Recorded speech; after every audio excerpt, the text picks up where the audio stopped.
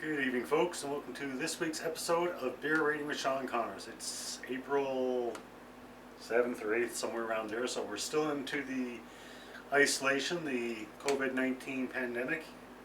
Here in Newfoundland, pretty well everything's closed, pretty well everybody's housebound, but we're getting by. So I hope people that are watching, wherever you are, I hope you guys are getting by too, and we gotta hang in there. I mean, we're gonna get through it. It's just gonna take a bit of time, and hopefully it'll be over soon.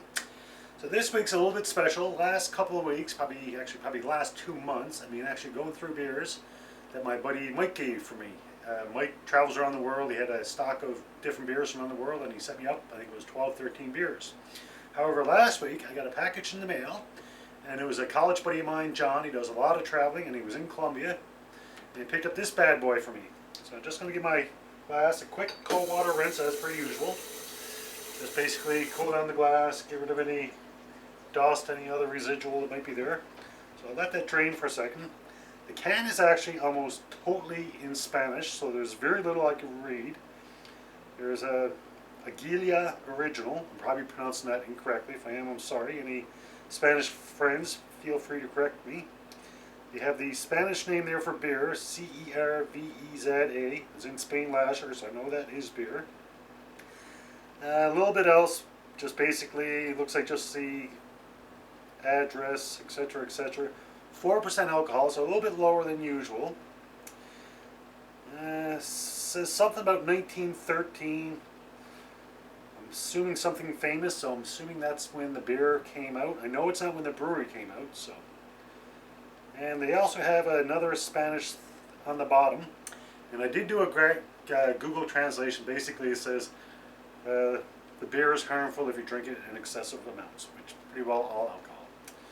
Okay, so what can I say before I open? As I said, it's Colombia beer. My understanding, I stand to be corrected, but I believe it's the #1 beer in Colombia. It's a lager. Once again, my understanding, a little bit of research I did do. I couldn't find a lot of information, but there was a little bit.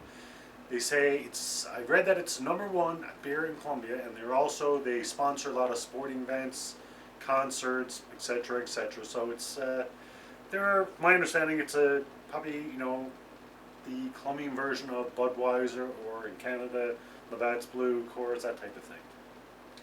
They describe it as golden, tasty, and balanced, so that's pretty well, that's typical for a lager. What I did find interesting, on the brewery website, now the name of the brewery is Bavaria Brewery. It was actually started by two brothers from Germany, I believe, back in the 1880s. So they've been around for a while, and my understanding, there's two brothers, and then about a year or so later they hooked up with another two brothers. They started the brewery, and then the original two brothers took it over. I'm probably a little bit off in this story, but that's basically it. And then 2005, so you fast forward 120 odd years, Sab Mill took it over, and that's the force behind Miller. And then 2016, Anheuser-Busch InBev took it over. So my understanding from that, this would be, once again, the big mass-produced beer for Colombia. On the brewery's website, funny enough, they tell a little bit about it. They give the brewery, they give the alcohol content. They also give a little bit about the ingredients, and I thought this was kind of odd, I guess you could say, because they listed, it's almost like they were promoting it, or, I guess promoting is a good word. They said malt, corn syrup, rice, hops, and sugar. Now, I find that kind of odd, is because a craft brewery, most craft breweries, they try to stay away from anything but the 4 basic ingredients of beer, which is malt, which is usually barley, yeast, hops, and water. That's all you need to add beer. Anything beyond that is what they call an adjunct.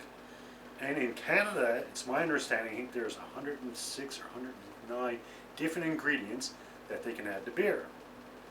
And as I said, 4 ingredients is all you need. So most of the craft breweries, they stick with those 4 ingredients.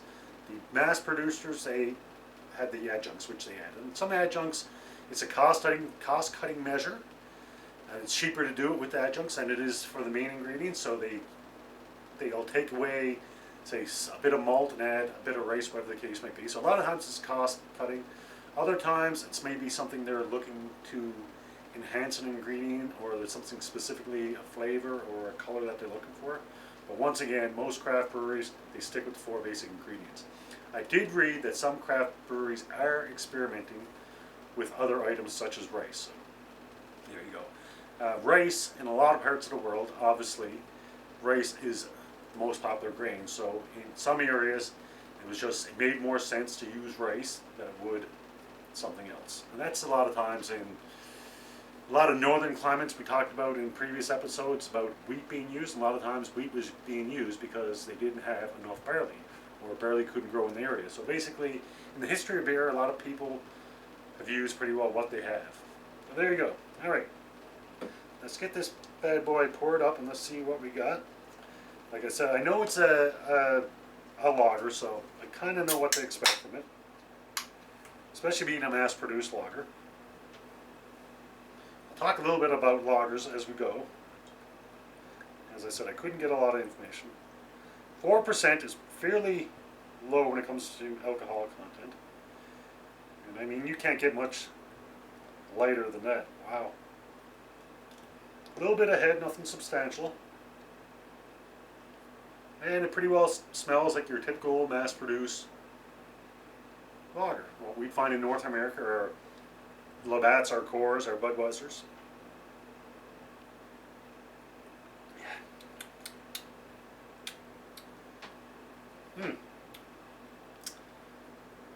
Initial taste is a little bit different than what we're used to with our mass-produced lagers in North America. I'm not quite sure what or why, but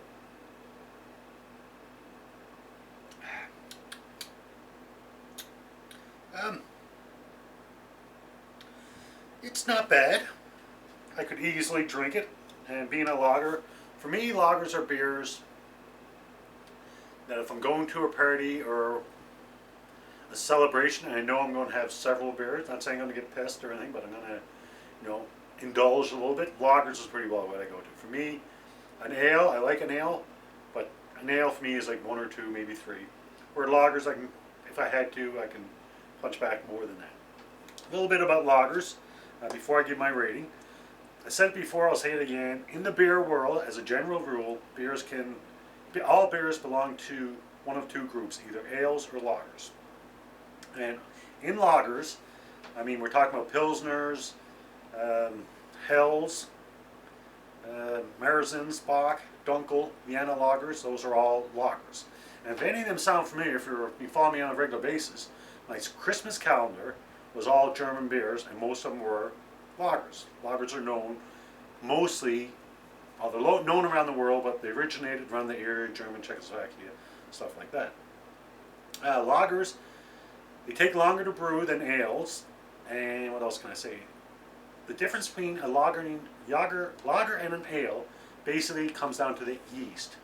There's lager yeast and there's ale yeast. As a general rule, lager yeast tend to work at a lower temperature, and they work from the bottom of the beer. That's why you have bottom fermenting and top fermenting. You hear those terms? Top fermenting is an ale. Bottom fermenting, the work is done on the bottom of the beer. Basically, the yeast will gather, and that's where they'll do the work.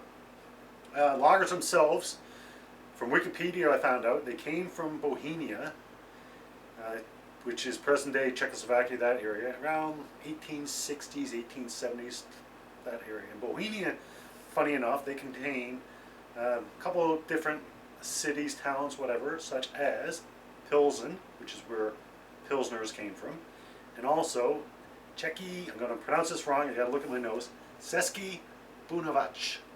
And that is basically, the translation would be Budweiser. So the term Budweiser is actually named after a location in Czechoslovakia. And actually, if you go to Czechoslovakia, they have their own version, the original Budweiser. And it's funny because it actually goes by a different name if you buy it in North America. I want to say Czechva or something like that.